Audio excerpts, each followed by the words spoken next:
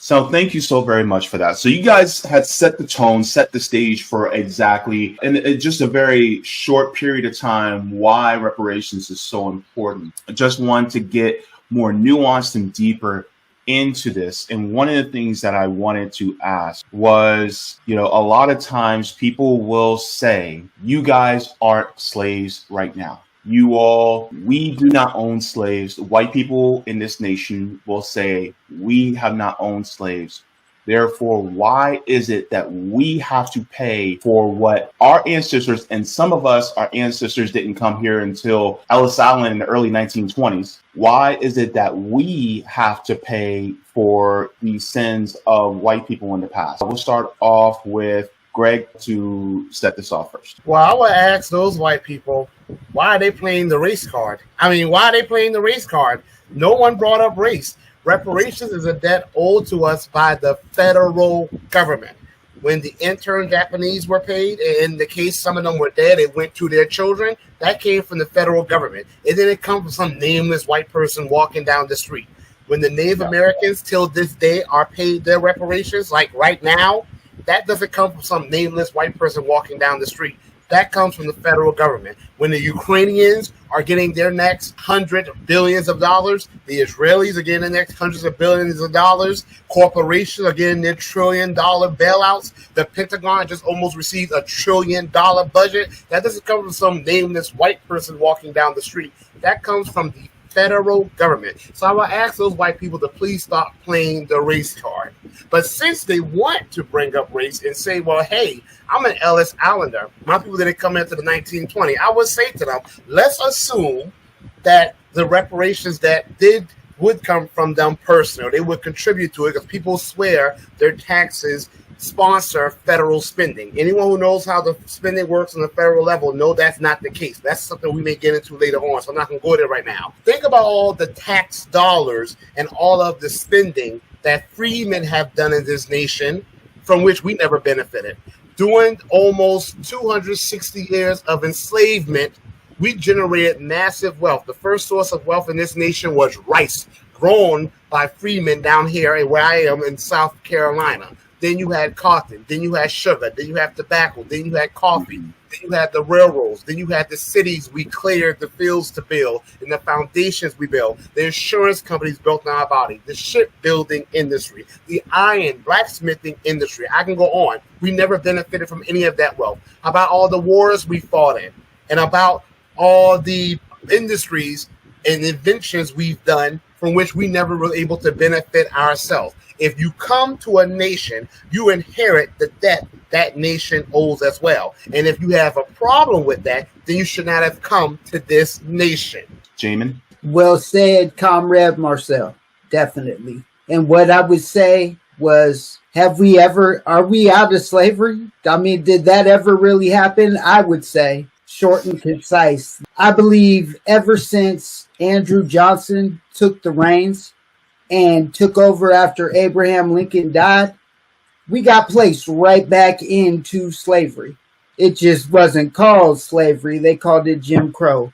They've called it redlining. They've called it everything Marcel just read off. It is constant oppression by our federal government in these United States of America that has kept our people under the boot, whether our people want to see it that way or not. The reality is it's that way. I don't believe we ever got out of slavery. They just named it different. CRT, this, that, whatever acronyms they put to this is the acronyms that our people are fighting. Well, yeah, let me just leave it right there. I don't think we ever got out of slavery. And all you. Thank you. Khalif, let's go to you. Yes, one of the main things that I will say about, the purposes of why reparations and where America is at this moment, I'm thinking that, to be honest, what Brother Jamin just said about our position and the not leaving slavery, I believe once Abraham Lincoln was assassinated, that it kind of relegated us between the status of in-between American and in-between slaves. And it was kind of almost like it was the status of contraband from when we became the property from the war. And it almost puts us in this paradigm to where we're sitting back and saying that we're Americans and all of the rights that are afforded to every other American should be afforded to us, especially the right to redress our government, which is one of the founding principles of Yeah. America. But to not be able to have that right also gives credence to my point that I just made about us not having the full benefit of that American status to be able to have that redress, like the Japanese, like the Jewish people. I believe Governor Kathy Hochul just recently, within the earlier parts of this year, issued out 132 million.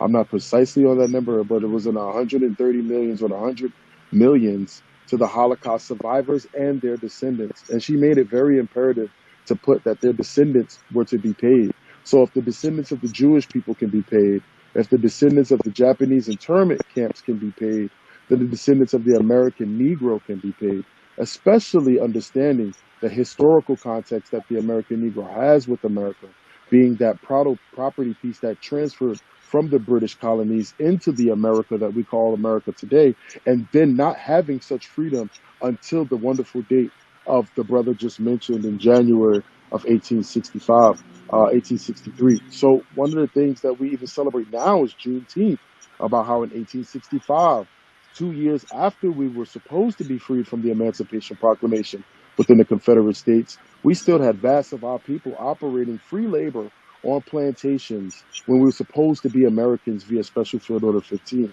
So just understanding the contracts that we have with the government and understanding how those play out in today's sense, I don't look at Special Field Orders 15 no different than the Choctaw or the Cherokee or the Chippewa look at their contracts with their ancestors with the government.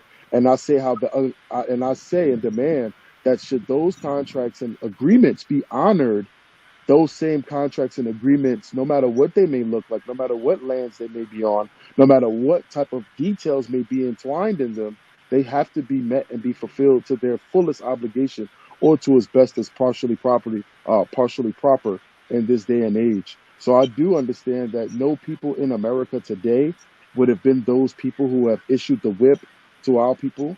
And I do recognize as well that my great-grandmother was not her great-grandmother, but I do recognize that my great-grandmother did not forget that which was owed to her great-grandmother, just like I'm not going to forget what was owed to her. Brother Ali. I would just say to the question, I think Marcel pretty much answered it. But what I would say in terms of the question, white people saying that, hey, we weren't slaves, a lot of them coming here after the turn of the century through Ellis Island, etc. It's like brother said, it's the government can pay for anything that they want to pay for. Same thing that Yeah. they did with the Civil Liberties Act of the 1980s with the Japanese Americans and the Aleutians. They can do that as well in this particular instance. As a matter of fact, during COVID, there were a number of articles that spoke about how money was created out of thin air to Yeah. infuse into the economy to stimulate the economy. You had the stimulus checks, you had the unemployment, you had the extra unemployment benefits, that the extra $600 unemployment benefits that were being paid. None of this came out of people's tax dollars. This is money that the federal government had and could spend. Even afterwards, they had some extra money that the president was able to use and reappropriate for that particular purpose. And so the bottom line is, it's not about people's tax dollars. The United States government can afford anything that it wants to afford. And we see that on a consistent basis when you look at foreign aid in the billions and billions of dollars that go out every single year. They don't need our tax dollars for that. The United States is a currency creator.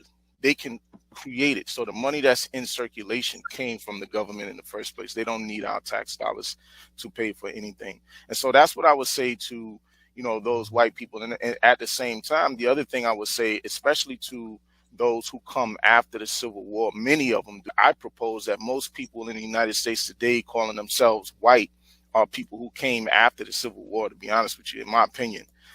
That white population group grows because they adopt more and more people over time. But the fact of the matter is, the United States has debt. You don't get to pick and choose which part of the national debt you're going to pay. So that's not how that works, and I'm sorry they feel some kind of way about it, but none of us get to pick and choose which part of the nation's debt we want our tax dollars to go to. And as a matter, I've had these kinds of conversations with white supremacists, I'll call them that, on Twitter, who will say all kinds of negative things about reparations and over my dead body, all of this kind of stuff, implying that, in order to get money from them, you're going to have to come through them and they're going to shoot you, right? This is the implication. But the fact of the matter is nobody's asking them for anything. And when it comes down to other portions of the debt, they don't question it. Even when you think about it, Islamic states that are supposed to be the enemy of the United States, all of the billions of dollars that go to Islamic states, white people don't question that the way that they question money coming to actual citizens of the United States in the form of the American freedmen. So I would just say that's their problem. They have to get over it. And if they're too ignorant to understand, that's also their problem. Well, I mean, when it comes to the white supremacists, I mean, when they're talking about over my dead body, I say, okay. I said, we ain't trying to get money from your broke ass anyway, basically. Like, what? Like, you ain't got nothing. Like, come on. Anyway, Savs, please go ahead. I know you're itching for this one. Oh my God. That one drives me crazy. Well, the thing is, like, it's not just about slavery. Reparations isn't just about slavery. It's about things that also happen after slavery. Right. Yeah. So it's not just that. I mean, we're talking about redlining. We're talking about the crime. I include the crime bill in this too. Redlining, the crime bill. I mean, the war on drugs, like I consider all of that to be a part of it. But then also, when they say that not over my dead body, do they have that same type of statement with the money that goes to Israel?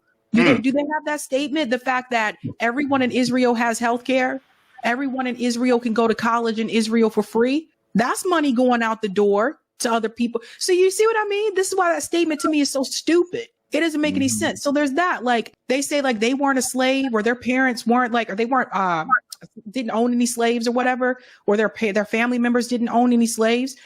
Your family members probably didn't participate in the Holocaust either, but you still got money going there. So that to me, that didn't make any sense. Well, and just to add to your point, a lot of white people will go, well, I didn't own any slaves. And I'm like, yes, but you still benefited from the system that other white people have created. You're still benefiting from it. Not just other white people, but our people. The work that our people did to build this economy, these people are coming over here and leeching off of the resources that was put in place by the work that our ancestors did in this country. So, yeah, they owe a debt of gratitude in a lot of different ways. I just want to say, Savvy, I made that same point. Now, whether we agree with this particular issue or not, but I look at how America, and it's true, is spending throughout the years trillions of dollars caring for people in the country legally. But the corporations, during the Obama administration alone, he spent $29 trillion to bail out the banks. Trump spent trillions of dollars for corporate bailouts. I say to these people, and even though everyone talks about inflation, which inflation is an issue, but the main cause of inflation has been shown to be corporate greed. So I always ask these so-called patriots, where are you? Where's this over my dead body mentality when the country is literally spending trillions of dollars on things that do not benefit Americans at all? It's only when it comes to honoring the debt of the freedmen that they all of a sudden say, now over my dead body. And yet, there's hypocrisy on that side, the far right side. They want us to say that we are sympathizing with Donald Trump because now he's been a quote-unquote victim of the criminal injustice system. So they want to use our pain when it's convenient. But when we bring up all the other injustices we've suffered, all of a sudden they don't want to hear that. So they acknowledge now one area of our pain, the criminal injustice system. But when we talk about Jim Crow, look, my great-grandmother, who died in 101 in 2015, was raised by a man who was enslaved. My family has had land stolen. I can go on about the way government-sanctioned anti-Black American hate has impacted me. So they can't pick and choose what they want to acknowledge our pain, but all of a sudden realize that there is a criminal injustice system like we've been saying. But when we talk about all the other injustices, just pull yourselves up by your bootstraps. And to your point, Sabby, the Holocaust, my great-grandfather is still alive. He just turned 100 back in April. He's a World War II veteran. He helped to stop Hitler in the Holocaust. The first thing America did was reparations for the Holocaust survivors. They made the Germans give back any property they had confiscated from the Jews. And we know that there would be no Israel without the UK and without the United States of America. And Israel gets more money from us than any other foreign nation. Now, think about it. You still have freemen, World War II veterans who are alive that are seeing people that they helped save get reparations while at the same time being told they do not deserve it. And I'm not saying America should not have done reparations or should not have been helped to initiate reparations for Holocaust survivors. We're doing the programs for Holocaust, the descendants of Holocaust survivors as well. We should repair any wrong we've done. But it is irrefutable that the biggest wrong that this federal government has done is chattel slavery and all the horrors that happened during Jim Crow. From land theft, which is 15 million acres of land stolen, racial massacres, the Black Wall Street in Tulsa alone, they said, will be worth $69 million, and that will be in today's value. And that was just a few blocks. There was Black Wall Streets all throughout this nation. Exclusion from the Homestead Act that gave $10 trillion worth of land to white Americans. That's the third one. Exclusion from the GI Bill that helped to build the massive white middle class. I can go on with all the stuff the federal government did. So people like to play this game. Well, the federal government didn't own any slaves. Yes, they did. They contracted many slaves to help build things like the White House. But not only that, anytime our constitutional rights are violated, it is the responsibility of the federal government to intervene. They sat back and allowed our constitutional rights to be violated, and they are responsible.